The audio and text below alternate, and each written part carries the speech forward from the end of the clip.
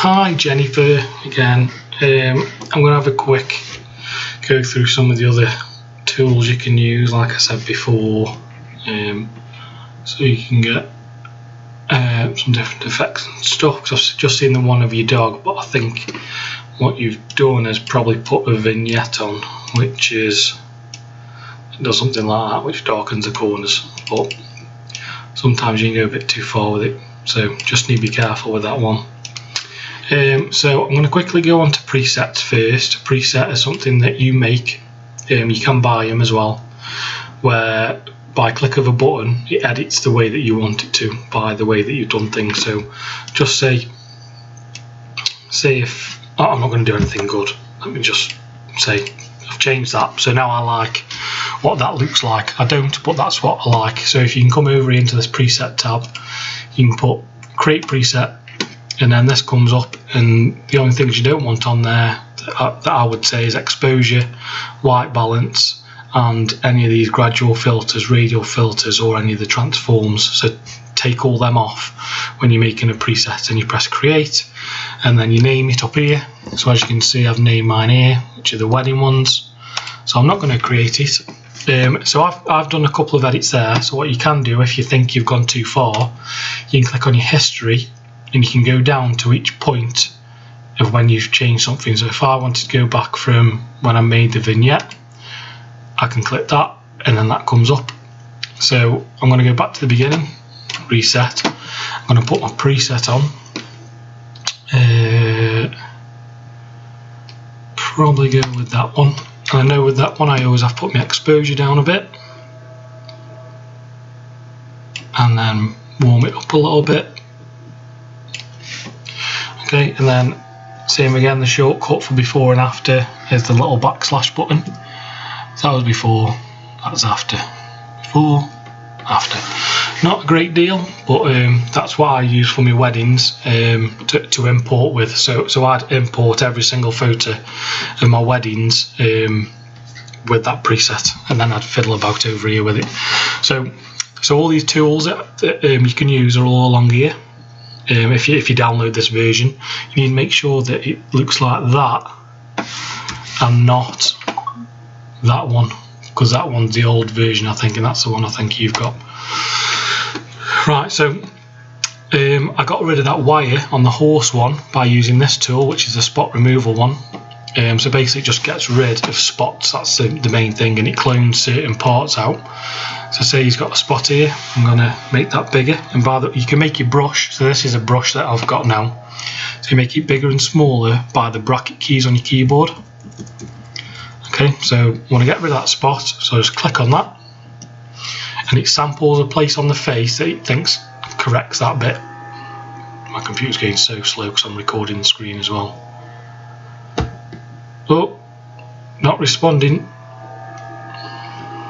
Right, so there you go. So it sampled that area, and if you wanted to, you could move this area as well, and then it'd go off the area that you've selected. So I'm going to click that one, and that'll get rid of it as well.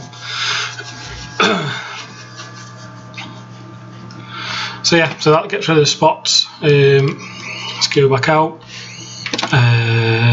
So I've clicked done. Once you've finished with any of these tools, you have to click done.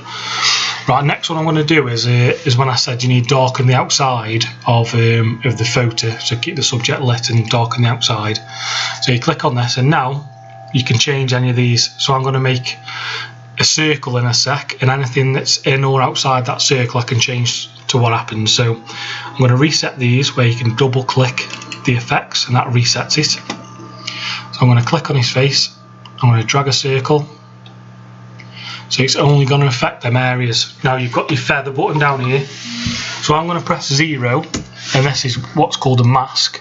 So that's now showing me in the red areas what's going to change. Okay, and then I can change this feather, which makes it a bit harsher and a bit softer around the edges. So I normally have it around the middle, a little bit less actually on this one. So this is the mask, and that's what's going to be changing. So if I take that mask off, so for example, if I put the exposure down around the edges, the exposure goes down and it's nicely feathered into the face there. But I'm not going to make it that dark. And also you can have the invert button. So if you click invert, it makes inside the circle whatever your settings are here. So we'll change it back because we're going to darken the outside. So I'm going to darken the outside a little bit. So it's the same as the vignette, except it's not as harsh around, just around the edges. It's where you want to do it. So with this, if you press 0, so you can see where it's going, you can see that here is missed a little bit. So what you can do is you can click the brush, and now I'll just make it a bit smaller using the bracket keys. I can paint where it's not affecting. So I'm going to pick there, and you can see it's getting red. So now that's getting red a little bit, and you can also hold the Alt button, and that'll go minus, and now that's going to get rid of any of the red or where the bit that it's changing, so I don't change much of Harrison there. Okay, so press the O button. That's dark. What I'm going to do is, as well, is you put your sharpness all the way down on this one because it blurs the background out a little bit, and also bring the clarity down because that blurs the background out a little bit. I also put down a little bit of saturation, and that's probably what I'd do. And also with these brushes you can make presets again, so I could save current settings as a new preset because I've got that one. Mine normally does that. So if I quickly delete this, delete that one, and now so I'm on the radial filter here. I'm going to drag it, and at the minute it's not on any settings, so I'm going to click on custom, and these are the ones that I've made. So I'll click on darken, blur and background, and it does it automatically for me because I've made that. So let's put that up a bit and put the saturation down. Okay, so click done. I'm going to brighten that up a bit, the photo actually, because I think it's a bit too dark. Now to get the eyes really sharp and make them stand out, I've made another preset. So here's a line as well that I'll quickly do. So you can click your spot removal brush, make it a little bit smaller, draw along the line, let go. It'll pick a point on the image that it thinks best suits that little bit. There you go, and now that hair's gone as well. So click done. So I've got a brush for sharpening the eyes, which is there. So you can see settings here. I just put my exposure up, the clarity is up a bit, and the sharpness is up. I'm going to put the sharpness up a little bit more. And now I'm just gonna, you won't be able to see it that much now, but when we zoom out you'll be able to see that the eyes are really popping out and are really sharp. Okay, just sharpen them up. I've also got an iris enhancer, so I'm going to click OK on that. I'm going to go on my brush again. In fact, this time I'm going to go on radial filter again, and then I've got iris enhance. So I'm going to make a circle, and that's gone on the outside, I think. So let's turn it around, invert. Better. So I'm just going to duplicate that, which should make the eye a little bit more brighter. There you go. But I'm going to drag one of these over to there. So another quick one, if you hold the space bar, that means you can grab it and drag your picture along. Okay, so I'm going to put this iris enhancer on this eye as well. So let go, and then done, and fit. So now you can see I've gone the before and after. So exposure, eyes before and the eyes after. Makes the eyes come out a lot more. Okay, and then the last one I'm going to show you brush wise is a skin smoothing one that I've made again. So you got softened skin. So as you can see, clarity's gone all the way down, sharpness is up a little bit. I'm going to pull that down a little bit more. Now if I go on my flow, I'm going to put this down a little bit. That basically means that I can, that when I brush, it isn't going to, hold the phone. Right, I'm back again. So skin smoothing, you can see the clarity's gone down, sharpening's gone up, and then the flow I've put down a little bit. Let me just get rid of that. The flow I've put down a little bit because now if I did a single stroke and the flow was all the way up, it'd mean that these effects would apply at 100%. But now it's at 32%, I'd have to go over it 3 times to make that effect 100%, if that makes sense. I've got a video on flow, which is on the YouTube channel that I did before. If you want it, I'll send it you. So now I'm just going to paint over the skin, avoid any edges of the skin or any of the eyes. Oh, just pick that, I don't want to do that. I want to make that smaller. So I'm just going over it. Again, it doesn't look like I'm doing a lot. I'll show you in a sec the before and after. Okay, so that'll do that. Let's go back to that one. So this is the skin before. Now you really need to watch the skin. If you look around this area where he's a little bit chapped, if you keep on watching, did you see that? You might not have seen that. Let's zoom in a bit.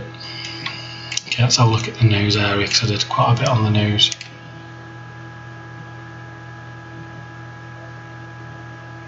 So did you see that bit? So if you look down here where it's cracked, in fact let me just put a bit more. Just put a little bit more on so you can see.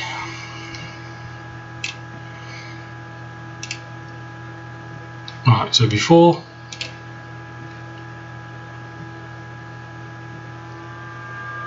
Computer's on a go slow. Why do you want to go slow? Let's zoom out a little bit so you can see any better. So before.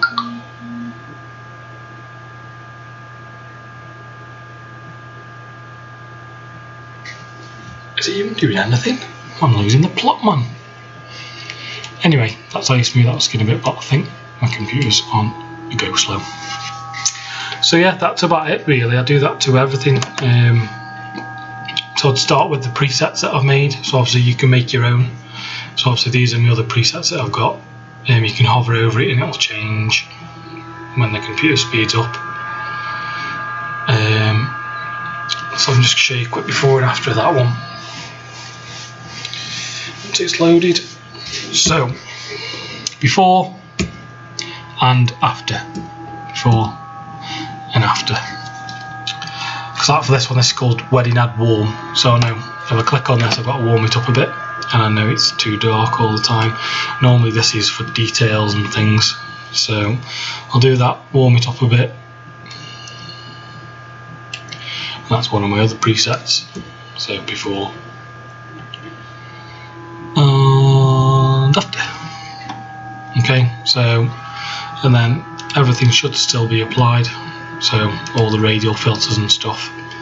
So if I delete that, you can see how it's brightened up the sides. I'll put it back on. It's darkened out the sides. So yeah, that's about it really. Tool wise, obviously you've still got all the other things. You don't need no split toning yet. Calibration I wouldn't bother about yet. Transform, oh I'll tell you what you have got, if I can find a picture quickly show you. So say for example